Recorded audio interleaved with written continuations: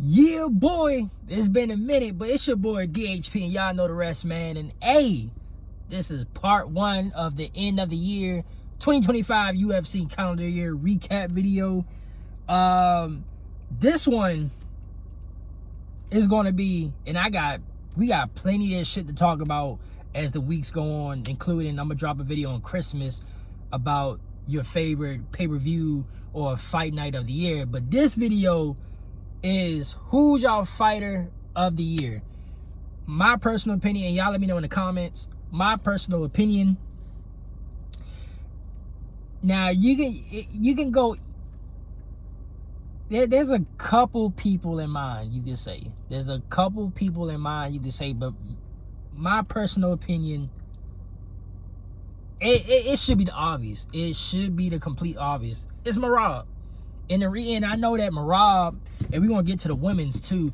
Really, the women's should be unanimously. Because, I mean, we're going to get to Valentina. I already said it, but we're going to get to Valentina a little later. But Merab. And there's a lot of people you can say, you know, maybe Topuria. You know, you can say Ilia Topuria because of what he did with Charlie Oliver International Fight Week. And then you can say who else you can say? That you can say Pantoja. You can say Pantoja a little bit. Who else? There's a couple other people you can say because they fought multiple times and won multiple times. I'm trying to think off the top of my head without really looking to everybody. Really, it comes down to, honestly, without picking Merab, it's either Merab, Pantoja. You could say Joshua Van. You could say Joshua Van just because of the history. Like, he went out there and in my personal opinion, and that you know what? I'm going to say it in this video, but I'm going to make a separate video for it. That's why this is going to be part one. But the fight of the year, hands down, got to go to Joshua Van and Brandon Royval. So you can say Joshua Van because I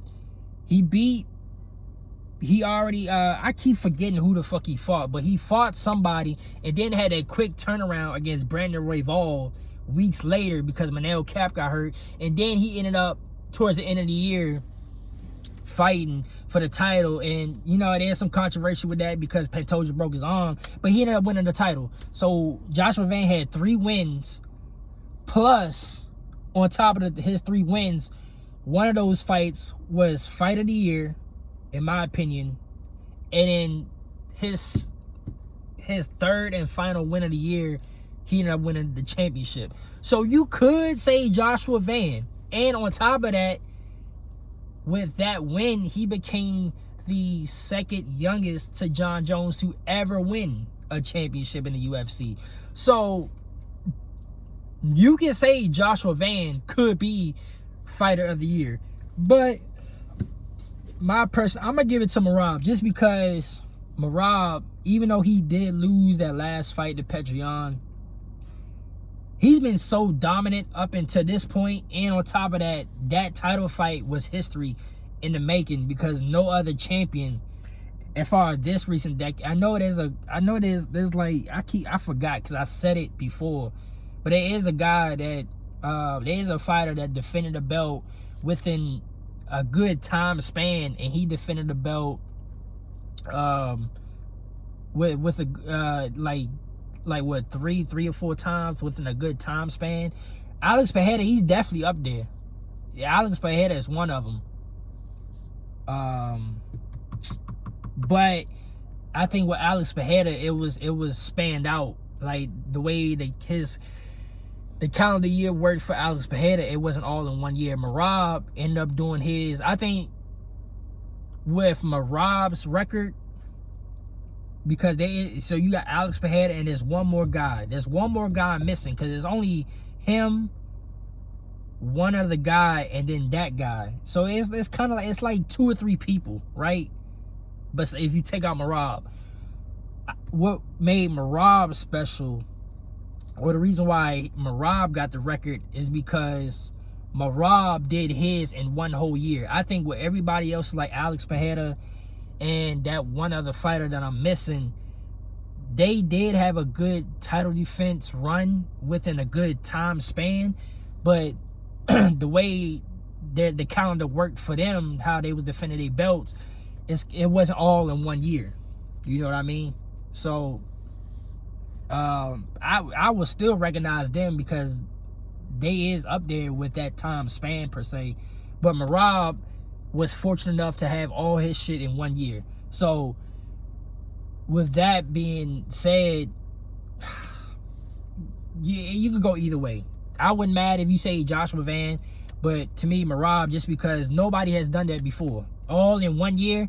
And granted, we can look back on it now and saying, even though that is spectacular, that might have hurt Merab because of the weight cuts. Because we all know Merab, his weight cuts at bantamweight is not rosy. Them motherfuckers is some hard cuts. And for Merab to be that dominant with those cuts, that's amazing.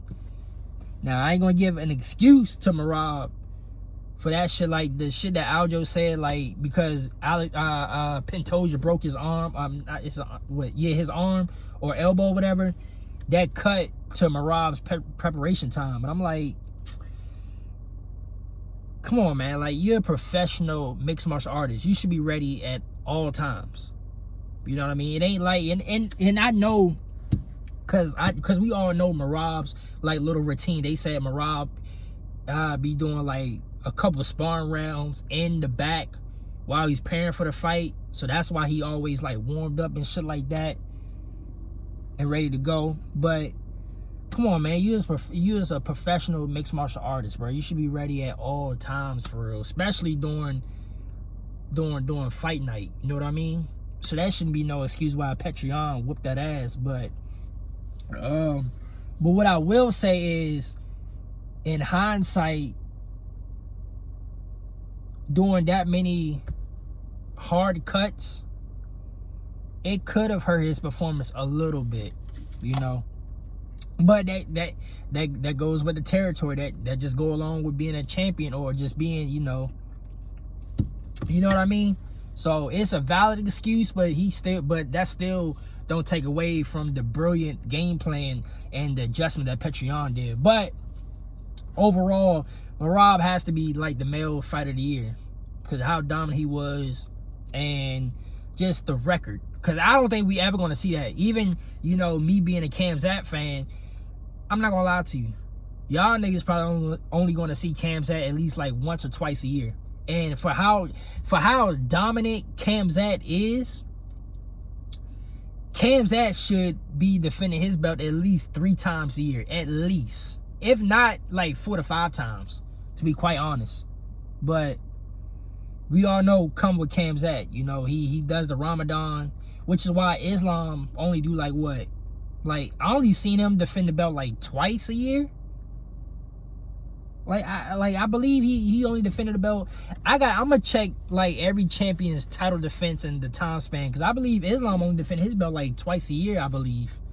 Alex Pereira, other than Merab and Pantoja, because Pantoja been dominant too, to where Pantoja get some quick turnarounds. Other than Pantoja and Merab, Alex Pereira been the only one to defend his belt like in a good time span. And then, you know, Tom Aspinall, the heavyweights, and it's not due to Tom Aspinall. We all know the John Jones situation. We only saw these niggas like once this year. So fight of the year it really boils down to Merab, and we can go to the fighters like the mid card fighters, the up and coming fighters.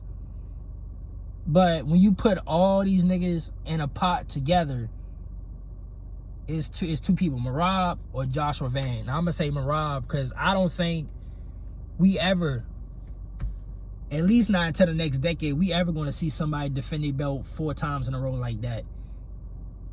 And it's not gonna be due to maybe this championship I said championship. Maybe this champion is not as active, because we do have some active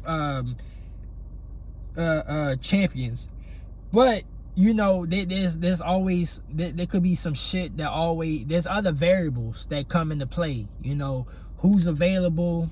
You always got to think about that, because there's some division, some weight classes is full of injuries, so you kind of can't really get the matchups you want to see like right there in the instant, because everybody has to recuperate, has to recover, and you know, they're rehabbing from the injury. And then you have extra shit too. Maybe, you know, he gets hurt in the fight, so that goes along with injuries, like not only to the contenders but the champion as well.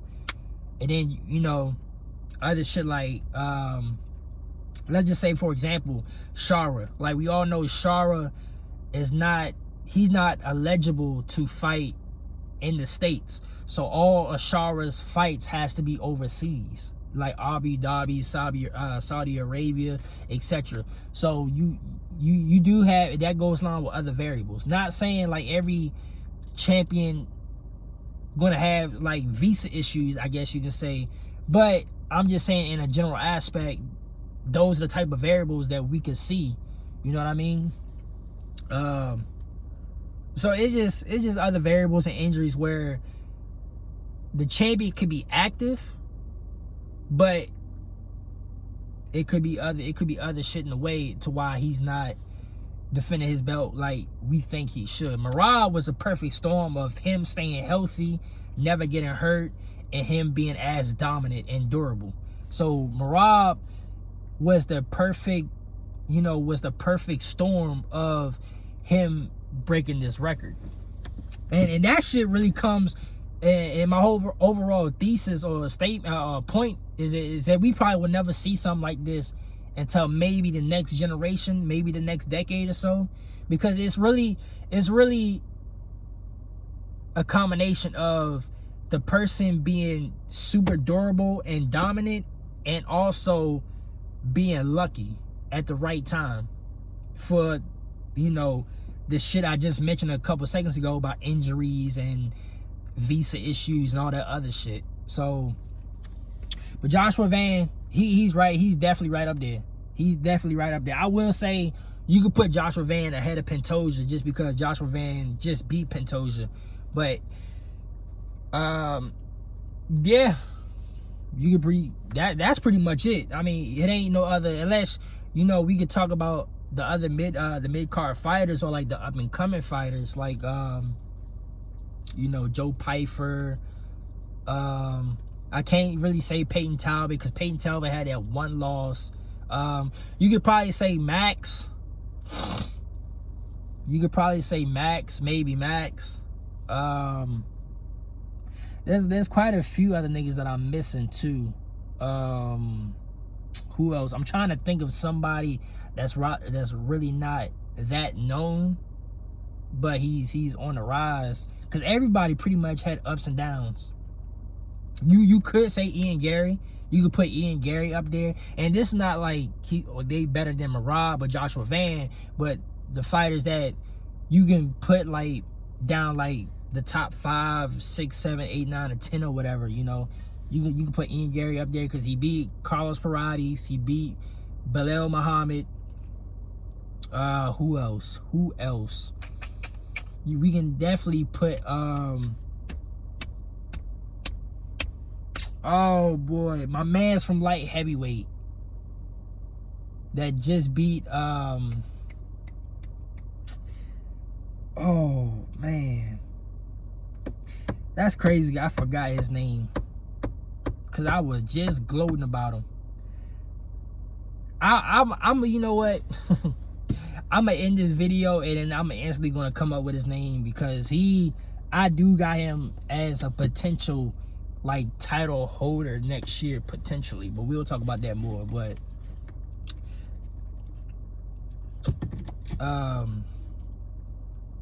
you could put Walter Walker in there, the heel hooker of death. You can put him on that list if y'all want to, but at the end of the day, it's Merab and maybe Joshua Van. But on to the women's. I'm gonna keep it short and simple. It's no other than Valentina, bro. Like, Valentina. Because really nobody, like, let's be honest. Like, and I'm gonna make a separate video on this anyway about women's MMA again. But other than like maybe Amanda and Kayla Harrison, who's really been holding this shit down for the women other than Valentina? You know, talking to my peoples in my other group chat, shit like that. Really, Valentina and maybe you can say Mackenzie Dern for eye candy, quote unquote. I don't know, Mackenzie Dern, she got plenty of fans. But Valentina, and you can say you can put Mackenzie Dern up there too, because she finally got the championship belt. And y'all know, people that been following me for like a whole year and a half now, y'all know I've been very high on Mackenzie Dern. I've been saying it over and over. She is very good, and she could potentially win a championship belt, but she has to keep proving on this and that. So I've been right along with everything about Mackenzie Dern. I kind of did doubted her a little bit against Janorba, but she proved me wrong, and I'm glad she proved me wrong. But at the end, I was still low-key right, because I did say Mackenzie Dern can win the title if she keeps on improving just the little things that she was that I wanted her to improve on. But I mean, you can say Mackenzie Dern just because she won the title, but it's Valentina, bro. Cause who held the women's MMA down other than Valentina? And then back to my point I was trying to make, if I got a little sidetracked. Nobody, I don't really think, other than Mackenzie Dern, really nobody is really paying attention to women's MMA like that unless it's for Valentina. I got people in my personal group chat messages, and you know, the shit I've seen online. It's all for Valentina. All eyes is on what Valentina does. Now, Kayla Harrison and Amanda Nunes, that's kind of like, if it's not Valentina, if it's not Mackenzie Dern, it's definitely Kayla Harrison and Amanda Nunes. But it's Valentina, bro. Like, it's Valentina, and that's it. It could have been Weili Zhang if you to be Valentina, but it's Valentina. But anyways, I just want to throw this video out here. This is part 1. Who's y'all fighter of the year? Next is going to be, I'm dropping a video tomorrow, because I do want to talk about just something I thought about when I was reacting to one championship today on my other platform. There's some things I want to talk about within the promotions of like one championship, UFC, PFL. I just want to know what y'all think on it. So I'm gonna drop that video tomorrow, and then for Christmas it's gonna be y'all the favorite, you know, pay-per-view event or favorite fight night of the year. And then towards like next week, when we head towards, I'm gonna drop some other videos this week anyway, because I kind of slacked off to where now I'm gonna have to drop these vids because we're getting close to the end of the year. But yeah, we got a lot of shit to discuss anyway. So with that being said, I rambled on for too much. I'm gonna go ahead and get out of here, y'all. Y'all make sure y'all tune in for this video tomorrow.